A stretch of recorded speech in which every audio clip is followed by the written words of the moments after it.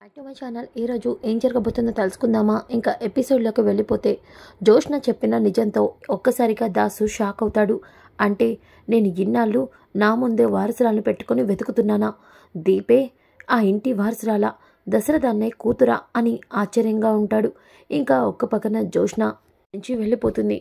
ఇక జోష్న మనసులో ఛీ, అనవసరంగా వచ్చి ఈ దాసుగాడు నా ప్లాన్ అంతా చెడగొట్టాడు. లేకపోతే ఆ దీపకి ముహూర్తం పెట్టేసేదాన్ని. అది రేపటికల్లా ఈ లోకం నుంచి విడిచిపోయేది. నా పీడ విరగడయ్యేది అనుకున్నాను. అనవసరంగా వచ్చి చెడగొట్టాడు. వీడిని చంపేయాలి. లేదులే, వీడు ఎంతైనా నా కన్న తండ్రిగా, ఆ పని నేను చేయకూడదు అని జోష్న అనుకుంటుంది. ఇంకా ఒక పక్కన దాసు వెంటనే వెళ్ళి కుబేరుడికి ఇంకొక కూతురు ఏమైనా ఉందా, లేదంటే దీపే దశరథ అన్నయ్య కూతురా, ఇవన్నీ తెలుసుకోవాలంటే నేను అనసూయ గారిని కలవాలి. అనసూయ గారే నా ప్రశ్నలకి సమాధానం చెప్పగలరు. ఆ ఇంటి వారసురాల గురించి అనసూయ గారినే నేను అడిగి తెలుసుకోవాలి అనుకుని దాసు ఇంకా దగ్గరికి బయలుదేరుతాడు. ఇంకా ఒక పక్కన కార్తీక్ బయటికి వెళ్ళడానికి షర్ట్ వేసుకుంటాడు. ఆ షర్ట్ బటన్ ఊడిపోవడంతో అమ్మ అమ్మ అని పిలుస్తూ ఉంటాడు. కానీ కాంచన అలాగే అనసూయ, శౌర్య మాకు ముందే తెలుసు షర్ట్ బటన్ ఊడింది, అందుకే పిలుస్తున్నావు. ఈ ప్లాన్ చేసిందే మేం కదా అని ముగ్గురు అనుకుంటారు. ఏయ్ శౌర్య, ఈ మాట మీ అమ్మకి అస్సలు తెలియకూడదు అని అనసూయ అంటూ ఉంటే అప్పుడే అక్కడికి దీప వస్తుంది. అత్తయ్య, ఏంటి నాకు తెలియకూడదు అంటున్నారు? దేని గురించి అడుగుతూ ఉంటే ఇంతలోకి కార్తీక్ మమ్మీ మమ్మీ అని పిలుస్తూ ఉంటాడు. ఏంటి కార్తీక్ బాబు మిమ్మల్ని పిలుస్తున్నా వినిపించుకోవట్లేదేంటి అని కాంచనని అంటుంది. ఏమో దీపా, మేము ఖాళీగా లేము. 2 చేతుల్లో నాకు పనుంది. అది కదా అత్తయ్య, మీరు వంట చేస్తున్నారేంటి అని అనసూయని అంటుంది. ఏం చేస్తాం, ఈరోజు వంట మేమే చేస్తాం. అన్నం కూడా మేమే వండుతాం, రసం కూడా మేమే పెడతాం అని అంటూ ఉంటే కార్తీక్ అక్కడికి వస్తాడు. అన్నం కూర రసం అన్నీ పెడదురులే కానీ ముందు నేను పిలిస్తే పలకవేంటి మమ్మీ? నాకు చేతులు ఖాళీ లేవురా. నోటికేమైంది? కానీ షర్ట్ బటన్ వేయాల్సింది చేత్తోనే కదా. అంతా తెలిసి కూడా నా దగ్గరికి రారా మమ్మీ? నేను అర్జెంటుగా బయటికి వెళ్ళాలి. ముందు నాకు ఈ షర్ట్కి బటన్ వేయండి. అర్జెంటుగా బయటికి వెళ్ళాలి. ఈ షర్ట్కి బటన్ ఎవరైనా వేస్తారా లేదా? మాకు పనుందిరా, మేము వంట చేయాలి, అన్నం రసం. మమ్మీ సరే, మీరందరూ బిజీగా ఉంటే అదేదో నేనే వేసుకుంటాను. ఆ సూది దారం ఏదో నాకు ఇవ్వండి, నా పాటలు నేను పడతాను. అర్జెంటుగా నేను బయటికి వెళ్ళాలి అంటూ కార్తీక్ కోపంగా రూమ్లోకి వెళ్ళిపోతాడు. ఇక కాంచన, దీపా వెళ్ళాదేదో చూడొచ్చు కదా, వెళ్ళవే, మీ ఆయన పిలుస్తున్నాడు కదా, పాపం అర్జెంట్ అంట అని వెనకాలనే ఇంకా శౌర్య, అవునమ్మా పాపం నాన్న ఎలా కుట్టుకుంటాడు, చేతికి మళ్ళీ సూది గుచ్చుకుంటే రక్తం కూడా వస్తుంది అని వెనకాలనే శౌర్య ఎందుకిలా మాట్లాడుతుంది, అసలు వీళ్ళందరూ ఎందుకిలా చేస్తున్నారు ఈరోజు వంటగదిలో అని దీప ఇక సూది దారం తీసుకొని కార్తీక్ రూమ్లోకి వెళ్తుంది. ఏంటి నువ్వొచ్చో దీపా, ఆ సూదిటివ్వు, నేను కుట్టుకుంటాను. కార్తీక్ బాబు, అది పర్లేదు దీపా, నాకు ఇవన్నీ అలవాటు కాదు, కానీ ఏం చేస్తాం, కొన్ని విషయాల్లో నేర్చుకోవాల్సింది అంటూ ఇంకా కార్తీక్ దాన్ని పట్టుకొని ఒక్కసారిగా గుచ్చుకుంటాడు. ఒక్కసారిగా దీప కార్తీక్ బాబు అంటూ రక్తం వస్తున్న వేలని నోట్లో పెట్టుకుంటుంది. ఒక్కసారిగా కార్తీక్ దీప వైపు చూస్తూ ఉండిపోతాడు. ఇక దీప, ఏంటి బాబు, చూసుకోవాలి కదా అంటూ వేలని చూపిస్తూ ఇక ఒక్కసారిగా సారీ కార్తీక్ బాబు, ఏదో కంగారులో. పర్లేదు దీపా, నా మీద నీకు చాలా అభిమానం ఉంది కదా, ఆ అభిమానంతోనే నువ్వు ఇలా చేసావు, నేనేమీ తప్పుగా అనుకోవట్లేదు అని చెప్పి కార్తీక్ ఇక బటన్ కుడతావా? కుడతాను కార్తీక్ బాబు అంటూ ఇక కార్తీక్కి షర్ట్ బటన్ని కుడుతూ ఉంటుంది. ఇక తాము వేసిన ప్లాన్ సక్సెస్ అయిందని కాంచన, అనసూయ, శౌర్య రూమ్ బయట నుంచి చూస్తూ చాలా హ్యాపీగా ఫీల్ అవుతారు.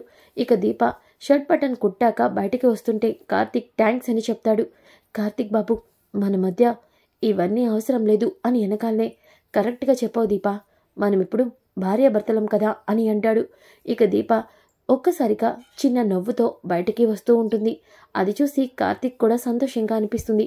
ఇక అనసూయ అలాగే శౌర్య, కాంచన ముగ్గురు బయట ఉండడం చూసి దీప, ఇదంతా వీళ్ళ ప్లానే అర్థమవుతుందిగా అని అనుకుంటూ ఇక అనసూయ, అమ్మా నేను మార్కెట్కి వెళ్ళి టమోటాలు అయిపోయినాయి, తీసుకొని వస్తాను అంటూ వెళ్ళిపోతుంటే ఇదేంటి అనసూయ నన్ను ఇలా ఇరికించేసింది. అనసూయ టమాటాల కోసమని సంచి తీసుకొని వెళ్ళిపోతూ ఉంటే ఇక కాంచన ఇదేంటి దీప దగ్గర నన్ను ఇలా ఇరికించేసింది అని టెన్షన్ పడుతూ ఉంటే ఇంతలోకి శౌర్య నాకు హోంవర్క్ ఉంది, నేను వెళ్తున్నాను నానమ్మ అంటూ లోపలికి వెళ్ళిపోతుంది. కాంతంతో కాంచనకి ఏమీ అర్థం కాక నాకు కూడా ఫోన్ ఉంది, ఫోన్లో మాట్లాడాలి అంటూ వెళ్ళిపోతుంది. ఇక దీప వాళ్ళ పడే పాటలు చూసి నవ్వుకుంటూ ఉంటుంది.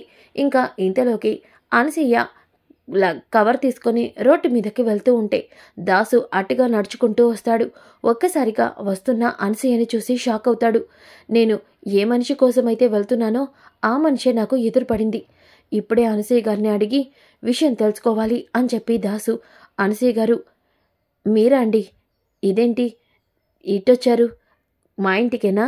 నేను మార్కెట్ కోసం వచ్చాను, మీరు ఇంటికి వెళ్ళండి. లేదు అనసూయ గారు, నేను మీతో మాట్లాడడానికే వచ్చాను. ఇంతలో మీరే నాకు కనిపించారు. మీతో ఒక ముఖ్యమైన విషయం గురించి మాట్లాడాలి. నాతోనా? నాతో ఏం మాట్లాడాలండి? దేని గురించి? దీప గురించి. దీప గురించి మీరు నాతో ఏం మాట్లాడాలి? ఏమైంది చెప్పండి బాబు అని వెనకాలే ఇంకా దాసు, దీప మీ సొంత మేనకోడలేనా అని దాసు అంటాడు. ఒక్కసారిగా అనసూయ షాక్ అయిపోతుంది. ఇక దాసు, నేను ఇలా మాట్లాడుతున్నానని తప్పుగా అనుకోవద్దు. నేను అడుగుతున్న దానికి మీ సమాధానం నాకు చాలా అవసరం. చెప్పండి, దీప నిజంగా మీ సొంత మేనకోడలేనా అని ఒక్కసారిగా దాసు అంటాడు. ఇక ఆ మాటకి అనసూయ ఏం మాట్లాడాలో అర్థం కాక, ఇదేంటి దీప నా మేనకోడలు కాదన్న విషయం ఈయనకి తెలిసిపోయిందా? అందుకే ఇలా అడుగుతున్నాడా? ఇప్పుడు నేను ఏం సమాధానం చెప్పాలి అని అనసూయ ఆలోచిస్తూ ఉంటే ఇంతలోకి దాసు కుబేర్ ఫోటోని తీసని అనసూయకి చూపిస్తాడు. ఈ కుబేరుడు మీ తమ్ముడే కదా అని అనగానే ఇక అనసూయ, అవును, వీడు నా తమ్ముడే. వీడి డ్రాయింగ్ మీ దగ్గర ఉందేంటి? అసలు మా దీప గురించి ఈ ప్రశ్న మీరు ఎందుకు అడుగుతున్నారు నన్ను? మీకేం తెలుసు చెప్పండి. చూడమ్మా, నువ్వు దీపని మేనకోడలేనా అన్నప్పుడే, నువ్వు మౌనంగా ఉండినప్పుడే అర్థమవుతుంది దీప మీ మేనకోడలు కాదు అని. చెప్పండి, దీప నిజంగా మీ మేనకోడలేనా? చెప్పండమ్మా అని అనగానే, చూడండి బాబు, ఈ నిజం ఇప్పటి వరకు నేను నా కన్న కొడుకుకు కూడా చెప్పలేదు. అంతెందుకు దీపకి కూడా ఈ విషయం చెప్పలేదు. మీరు అడిగినట్టు దీప నా మేనకోడలు కాదు. వీడు నా తమ్ముడు. పిల్లలు పుట్టలేదన్న బాధతో వాడు ఎన్నో దేవుళ్ళకి మొక్కేవాడు. అలాగే నా ఆడపడుచు కూడా ఆ దిగులతోనే కన్ను మూసింది. అప్పుడే నా తమ్ముడికి బస్టాండ్లో దీప దొరికింది. వాడు దీపని ఇంటికి తీసుకొచ్చిన రోజే నాతో ఒట్టు వేయించుకున్నాడు, ఈ నిజం ఎప్పటికీ కూడా బయట పెట్టద్దు అని. అందుకే నేను ఇన్ని సంవత్సరాలైనా దీపతో ఈ నిజం చెప్పలేదు. నిజానికి దీప నా మేనకోడలు కాదు, ఏ ఇంటి బిడ్డో కూడా తెలీదు. కానీ దీపను చూసినప్పుడల్లా ఎవరో ధనవంతుల కూతురే అని ఎప్పుడూ కూడా నాకు అనిపిస్తుంది అని అనగానే ఇక దాసు మనసులో, అంటే దీప దశరథ అన్నయ్య కూతురే. అవును, నువ్వన్నది నిజమేనమ్మా. దీప కోట్ల ఆస్తికి వారసురాలు. అందుకేనేమో ఆ భగవంతుడు దీపని ఈ రూపంలో ఇంటికి తీసుకొచ్చినట్టు ఉన్నాడు.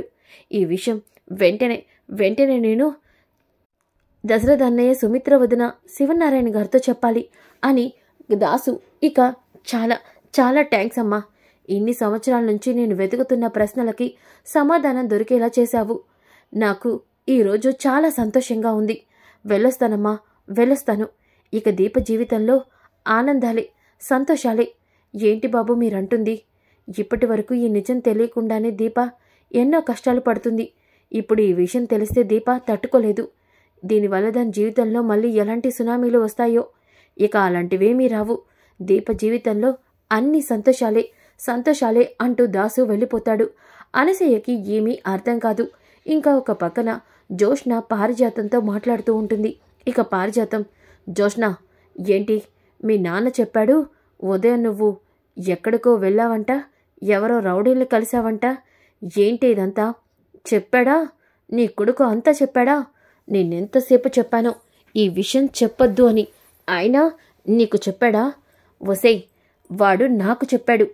నీకు ఈ విషయం మీ తాతతోనో అలాగే మీ అమ్మతోనో చెప్తే ఇల్లు పీకి పందిరేసేవారు. మర్చిపోయావా? నీ తండ్రి కాబట్టే వాడు నాతో చెప్పాడు. నేను నిన్ను హెచ్చరిస్తానని. గ్రాని, ఎన్నిసార్లు చెప్పాను వాడు నాకు నాన్న కాదు అని? ఒసే జోష్న, ఎంతైనా వాడు నీ కన్న తండ్రి. అందుకే కదా నువ్వు ఆ రౌడీల దగ్గరికి వెళ్ళావన్న భయంతో వాడు నిన్ను అక్కడి నుంచి పంపించేసింది. ఆ తర్వాత నాకు ఫోన్ చేసి చెప్పింది. ఎందుకే అలా మాట్లాడతావు? అయినా ఇంతకీ ఆ రౌడీల దగ్గరికి నువ్వెందుకు వెళ్ళావు? ఆ రౌడీలతో మాట్లాడాల్సిన అవసరం నీకేముందే? ఆ ఏరియా అసలే చాలా కరం. మీ నాన్న కూడా నాతో చెప్పాడు. అసలు ఎందుకే అక్కడికి వెళ్ళావు? ఆ దీపని మట్టు పెట్టించడానికి. ఏంటే, ఏం మాట్లాడుతున్నావు? అవును గ్రాని, దీపే అన్నది లేకపోతే ఇక బావ జీవితంలో నేను మాత్రమే ఉంటాను. అందుకే దీపని చంపడానికి రౌడీ దగ్గరికి వెళ్ళాను.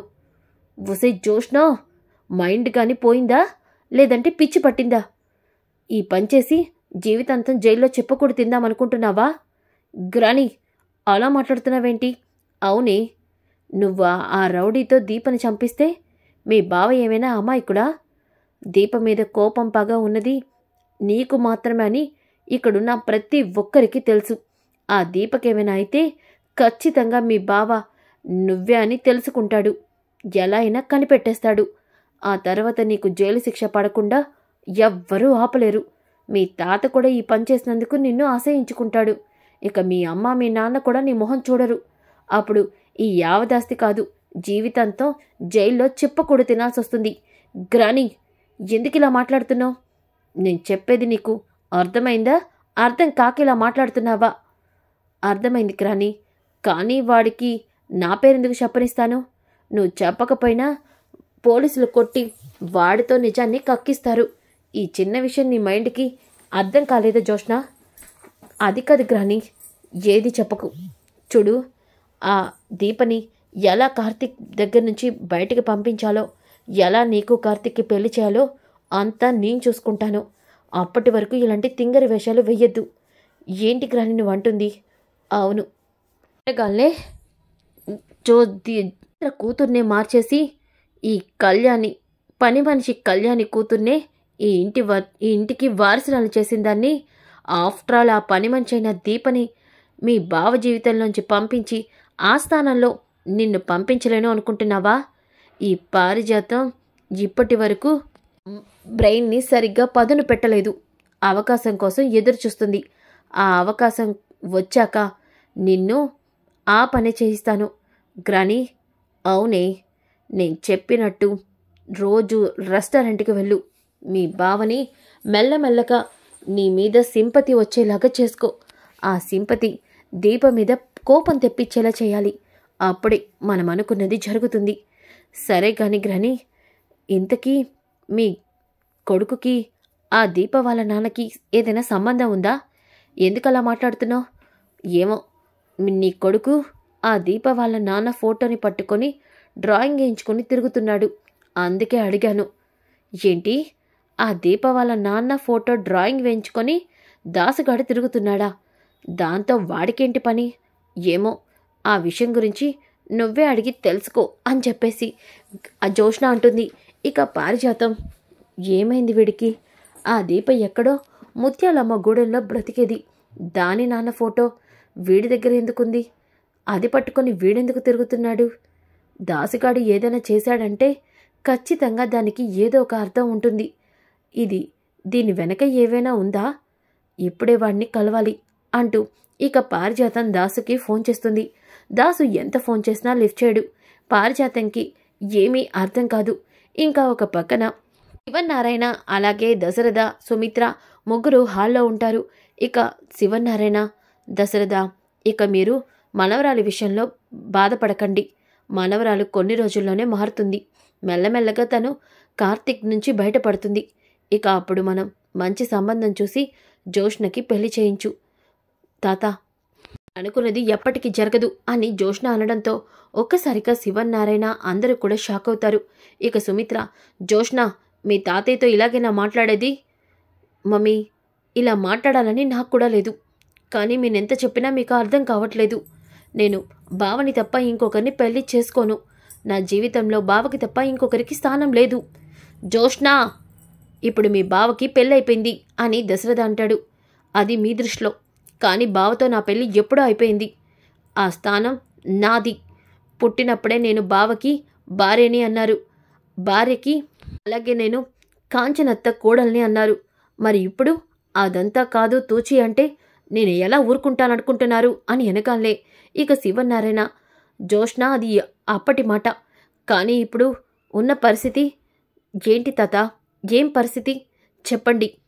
నేను మీ కూతురికి కోడలనవుతానని, అలాగే బావ నాకు భర్త అవుతాడని చిన్నప్పటి నుంచి కలలు కన్నాను. అవన్నీ నిజం కాదంటే నేనెలా తట్టుకోగలను చెప్పండి. ఆ స్థానం నాది, ఆ దీపది కాదు. అవును, ఎప్పటికైనా బావ నావాడు అని అంటూ ఉంటే అప్పుడే దాసు అక్కడికి వస్తాడు. ఇక దాసు, లేదు, ఆ స్థానం ఎప్పటికీ దీపదే అని అంటాడు. ఒక్కసారిగా అందరూ షాక్ అవుతారు. ఇక శివనారాయణ అయితే, నువ్వేంటి ఇక్కడికొచ్చావు? ఆ పారిజాతమేనా నేను ఇక్కడికి తీసుకొచ్చింది? పారిజాతం, పారిజాతం అని వెనకాలనే ఇక దాసు, లేదు సార్, నన్ను మా అమ్మ ఇక్కడికి రమ్మని చెప్పలేదు, నేనే ఇక్కడికి వచ్చాను అని వెనకాలనే సుమిత్ర, రాదాసు కూర్చో, అడ్డమైన వాళ్ళకి మర్యాదలు చేయనవసరం లేదమ్మా సుమిత్ర అని శివనారాయణ అంటాడు. ఇక దాసు, మీరు నన్నేమన్నా పర్వాలేదండి, కానీ నేను మీతో ఒక విషయం చెప్పడానికే ఇక్కడికి వచ్చాను అని అంటాడు. అప్పుడే పారిజాతం కూడా కిందికి వస్తుంది. ఈ దాసుగాడేంటి ఇక్కడికి వచ్చాడు?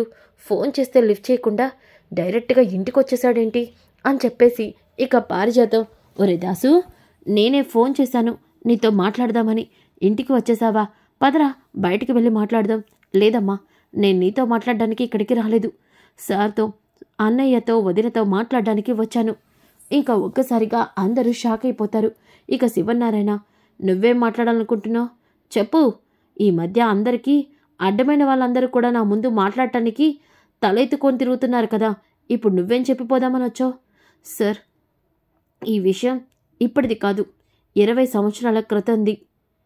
ఏంటి, దేని గురించి మాట్లాడుతున్నావు? ఒక చావు, ఒక పుట్టుక, ఒక అపరాధం, వీటి గురించి మాట్లాడుతున్నాను అని వెనకాలనే పారిజాతం, జోష్న షాక్ అయిపోతారు. కొంపతీసి వీడిప్పుడు నేను సుమిత్ర కూతుర్ని కాదని చెప్పేస్తాడా ఏంటి అని జోష్న అనుకుంటుంది.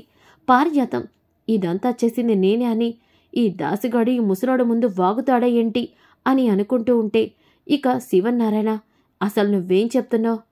సార్, అప్పుడు 20 ఏళ్ల క్రితం సుమిత్ర వదినకి అలాగే నా భార్య కళ్యాణికి ఒకేసారి పురుడు నొప్పులు వచ్చాయి. వాళ్ళని హాస్పిటల్లో జాయిన్ చేయించాం. ఆ విషయం తెలిసిందే కదా, నీ కూతురు పురిట్లోనే చనిపోయింది.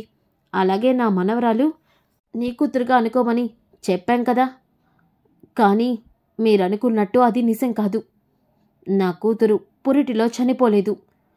ఎందుకంటే నా కూతుర్ని మీ కూతురుగా మా అమ్మ మార్చేసింది కాబట్టి. సుమిత్ర వదిన కూతుర్ని ఆ రోజు కబేళాకిచ్చి చంపేయమనింది కాబట్టి నా కూతురు చనిపోయిందని మీతో అబద్ధం చెప్పించింది.